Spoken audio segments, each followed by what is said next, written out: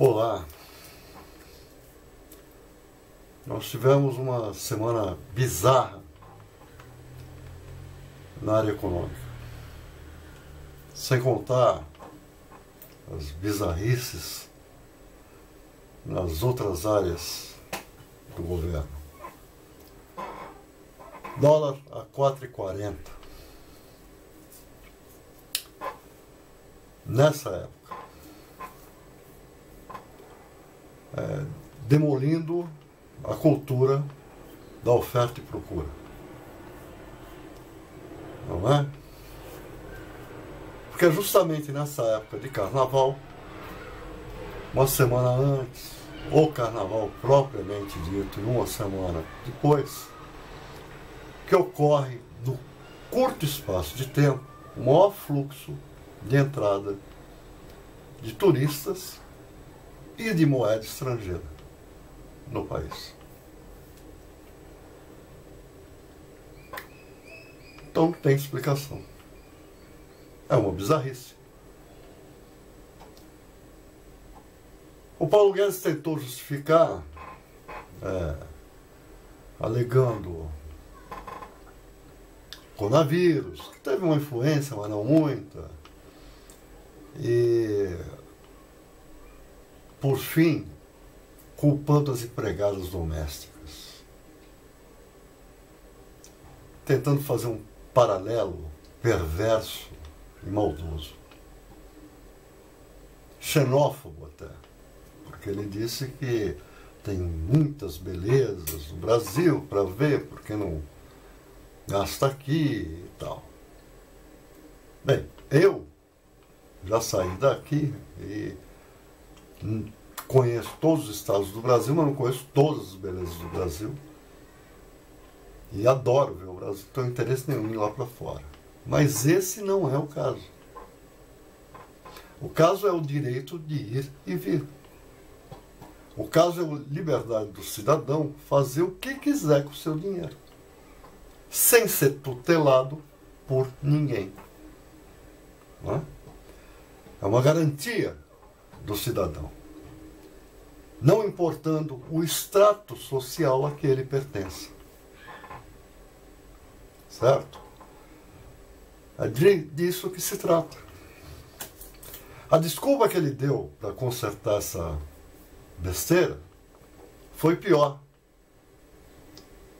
Ele foi dizer que eu fiz questão de verificar se era verídico, porque foi inacreditável, que a mãe do pai dele tinha sido empregada doméstica. A mãe do pai dele é a avó dele. Então o que a gente pode pensar de um fulano que não chama a avó de avó?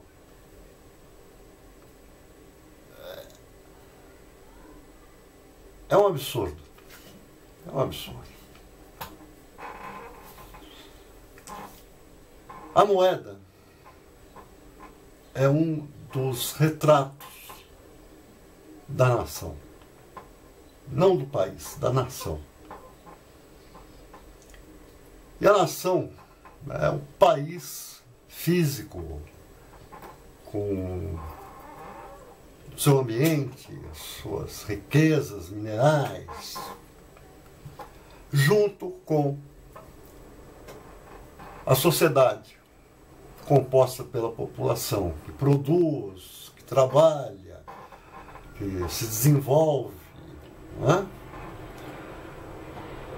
Então, você tem que ter uma confiança nessa moeda de troca. Isso é muito importante. Certo? E o dólar influencia diretamente no valor dessa moeda. Por quê? Porque nós não somos um país que manufatura. Infelizmente. Nós produzimos pouco. Né? E o mote desse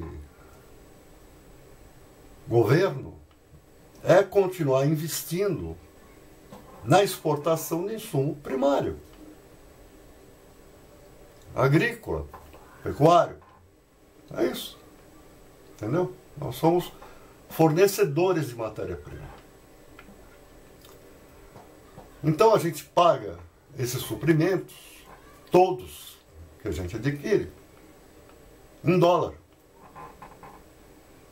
Aí vão dizer, mas a gente vende em dólar. Pô, mas a gente vende matéria-prima e a gente compra, adquire o produto acabado. Faz uma comparação no valor.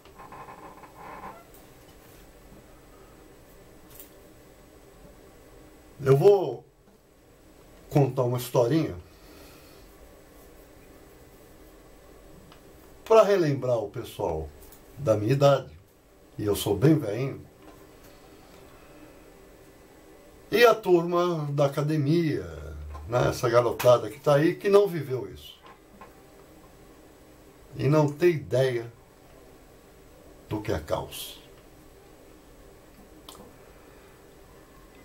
Em 1989, no final do governo Sarney, nós tivemos uma inflação de 84, 85%. Para vocês terem uma ideia do que significa isso, você acordava com a moeda num valor e ia dormir com a moeda em outro valor. Não? Era quase uma dolarização da economia. Aumentava tudo, diariamente, inclusive o salário. Com a diferença que os benefícios sociais não aumentavam. Eles tinham regras próprias. Então muita gente perdeu dinheiro de fundo de garantia, investimento em poupança, assim, nessa brincadeira. Certo? Por quê? Porque essa compensação não acompanhou. Você ia no supermercado, tinha até um profissional, né, de prontidão, com uma maquininha, fazendo tec, tec, tec, tec, tec, porque tudo diariamente aumentava. Aumentava gás, aumentava gasolina, aumentava a condução, aumentava a luz, aumentava tudo, tudo, tudo que você possa imaginar. E o que ocorria? Quando o governo elaborava os planos, não é, de contenção, o produto desaparecia. Sumia carne, sumia leite, sumia feijão, sumia arroz. Tinha fila para comprar leite. Fila quilométrica para comprar leite. E leite aguado. Tá? Os pecuaristas levavam o gado para o outro país, para não ter que vender aqui. Sabe? Terrível.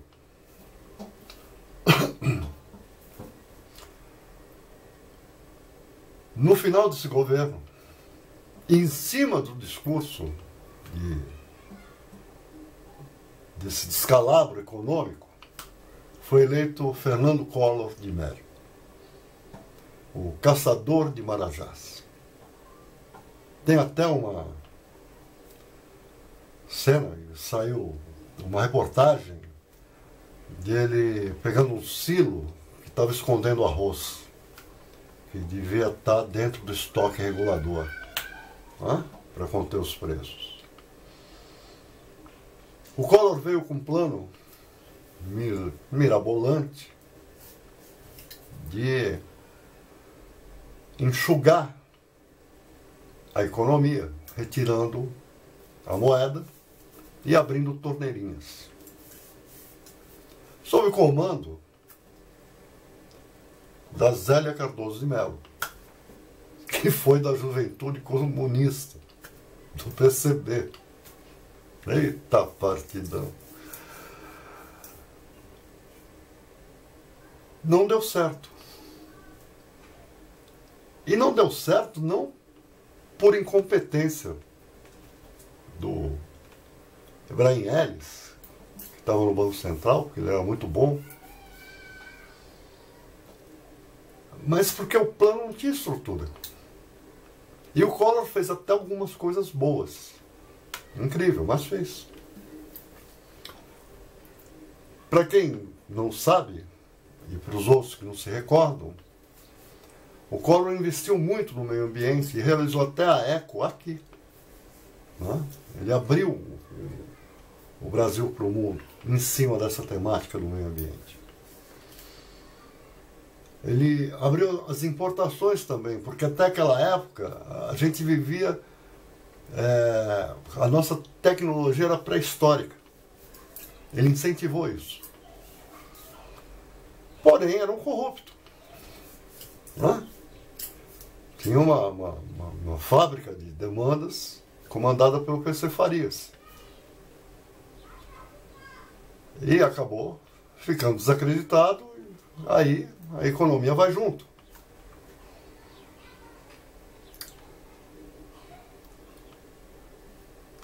Que culminou no impeachment. Seu substituto foi o Itamar Franco, um nacionalista. Primeira coisa. Topetudo.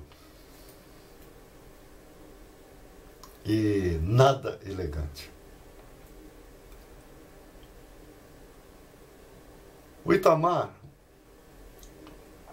foi massacrado pela direita, pela esquerda, pelo centro. Com a colaboração da mídia formal, que apelidou o governo dele de República do Pão de Queijo.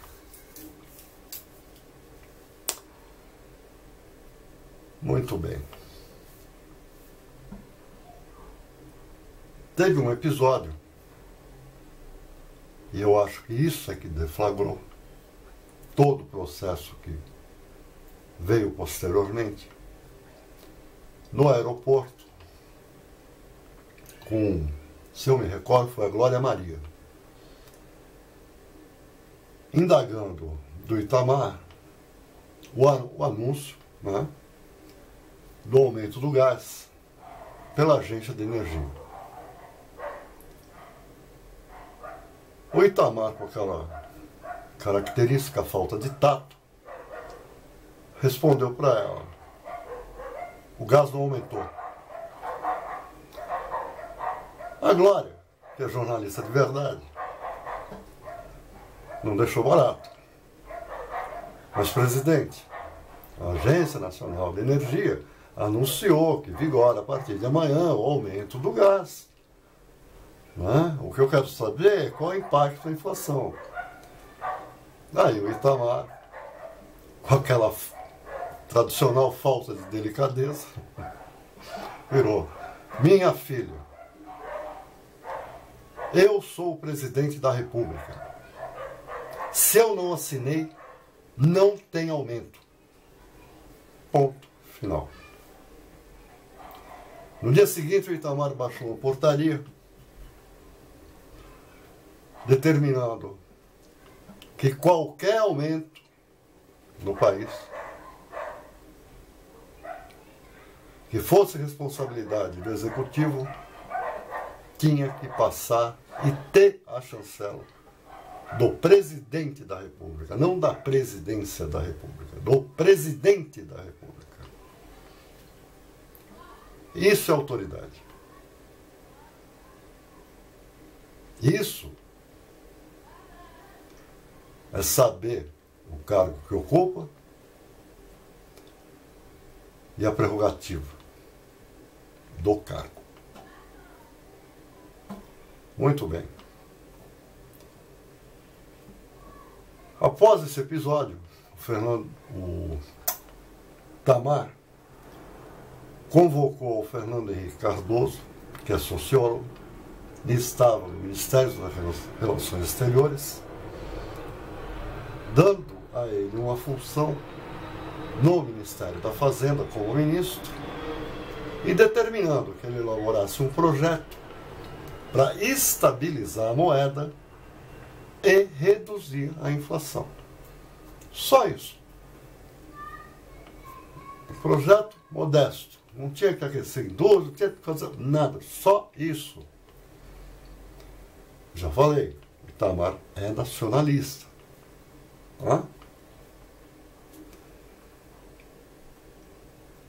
Fernando Henrique montou um grupo de estudo com um professor de direito, Ciro Gomes, um historiador e diplomata, Rubens Recupero, comandado por um engenheiro, Clóvis Carvalho, e pediu para o economista José Serra indicar os nomes para esse grupo. Que foi o Lara, Lopes, Franco, Malan, Fichte e o Baixa, que fez o rascunho do projeto, o Edmar Baixa. O engraçado é que o Serra, que era economista e não participou do grupo, foi ser ministro da Saúde do FHC. E foi um dos melhores ministros da Saúde que esse país já teve. É irônico isso. O Serra, né, o governo do FHC, investiu na pesquisa da AIDS, quebrou patente, distribuiu remédio, combateu. Nós temos a campanha de combate ao fome maior do mundo. E a única intimidade que o Serra tinha com a saúde é ser hipocondríaco. Então, eu digo sempre, vale mais a intenção do que a profissão. Certo? Você se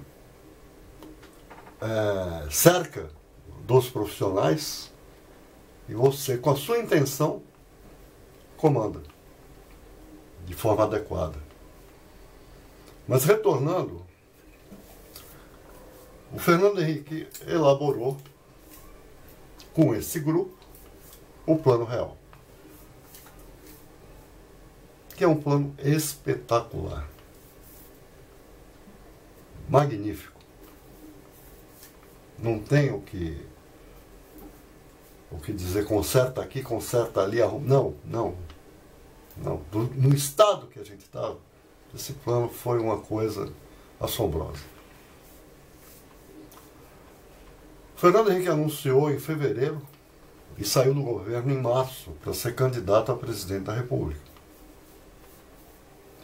A implantação ficou a cargo do historiador e diplomata Rubens Recupero, que por um vazamento de áudio, um negócio assim, porque o governo Itamar era caçado à unha pela mídia, acabou saindo do governo. Naquela ocasião, quem se constrangia no governo saía, ou era saído. Hoje não, hoje o cara apronta 1000 e permanece no governo e ainda fica rindo na cara de todo mundo. Foi substituído pelo professor de Direito Ciro Gomes, que implantou o plano na sua totalidade, com tremendo, estrondoso sucesso. Tivemos um maior PIB, sabe? A estabilidade da moeda, a confiança da população era outra coisa, cara.